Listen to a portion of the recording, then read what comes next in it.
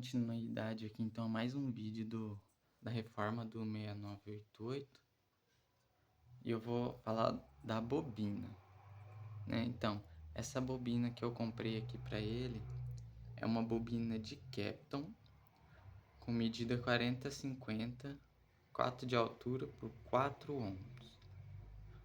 Eu escolhi essa bobina aqui de Kapton porque ela parece ser mais leve do que a bobina de alumínio.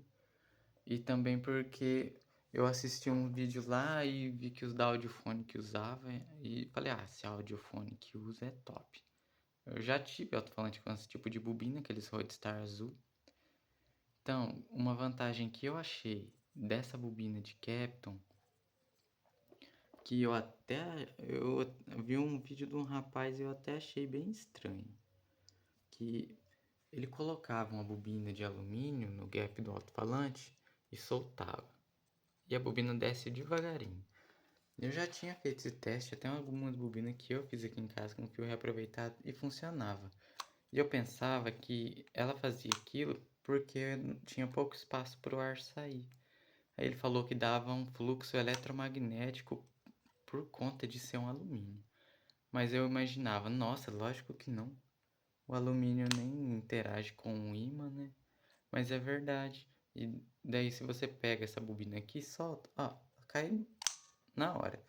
E eu imaginei, então, se ela tem uma resistência para descer, quando o alto-falante estiver tocando, talvez ela pode ter essa mesma resistência e atrapalhar, né, no movimento do alto-falante. Foi o que eu pensei, não sei se é exatamente isso. E é uma bobina que ela é com enrolamento bem mais alto do que o original.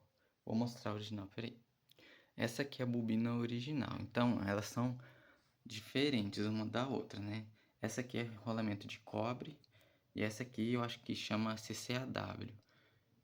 Alguma coisa assim, que é um fio de alumínio revestido com cobre. E a posição dessa bobina, pelo enrolamento dela ser menor, não é o mesmo dessa. Esse aqui o fio é achatadinho, ó. Ele ocupa bem menos espaço do que essa aqui. Olha a diferença do fio. Nossa, tá difícil pra focar aqui.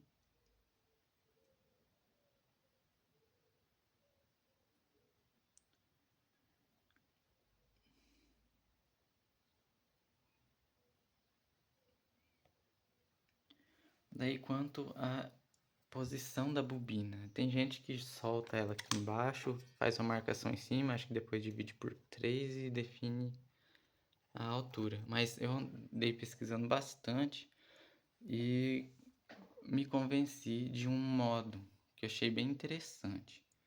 Tem no YouTube aí, em alguns canais, não sei se eu posso falar aqui deles, né? Então, que foi essa fórmula aqui, ó. Você leva em conta o enrolamento e a arruela polar.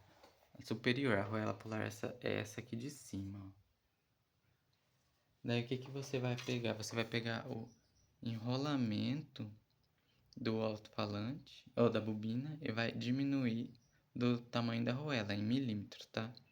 No meu caso aqui, e depois você vai dividir por 2. Você vai pegar o 12 milímetros menos o 8 da arruela, dividir por 2, sobra 2 milímetros. O que acontece? Vai sobrar 2 milímetros aqui para cima e também vai sobrar 2 milímetros para baixo. Nas minhas pesquisas também vi que o fluxo eletromagnético aqui do ímã se concentra aqui na arruela polar.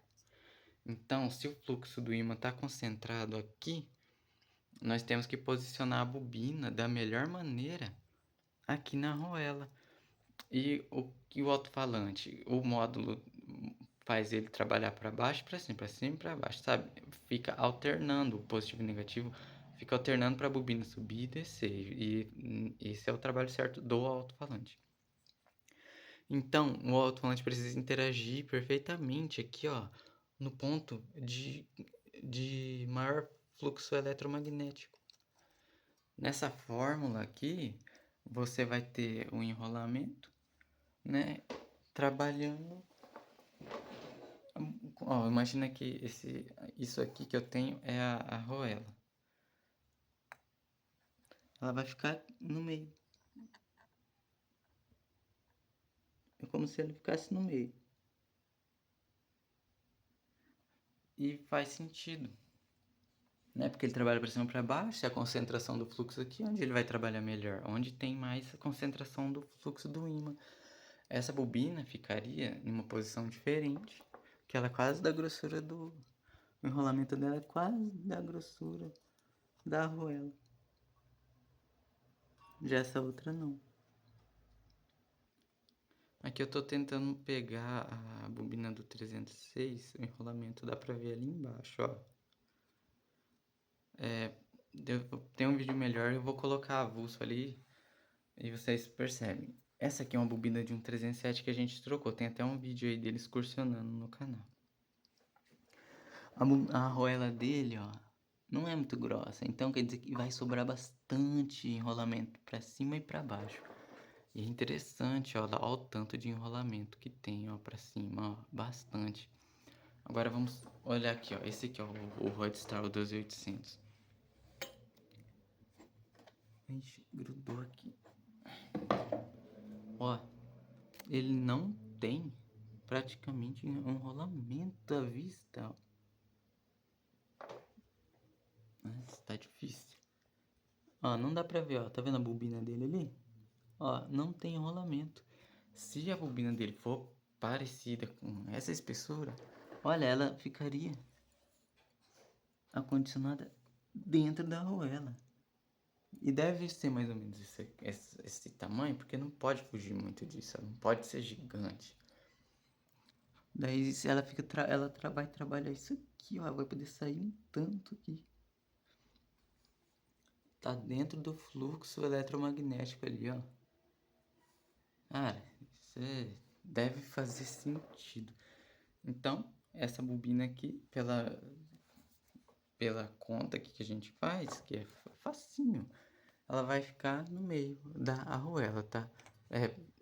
Pelo que eu vi também, não considera o pino aqui do centro. Você tem que considerar a arruela aqui central. Daí, então, ele vai ficar com 2 milímetros para cima. E como a conta é feita para ela ficar no meio, também vai ficar com 2 milímetros para baixo aqui da arruela polar.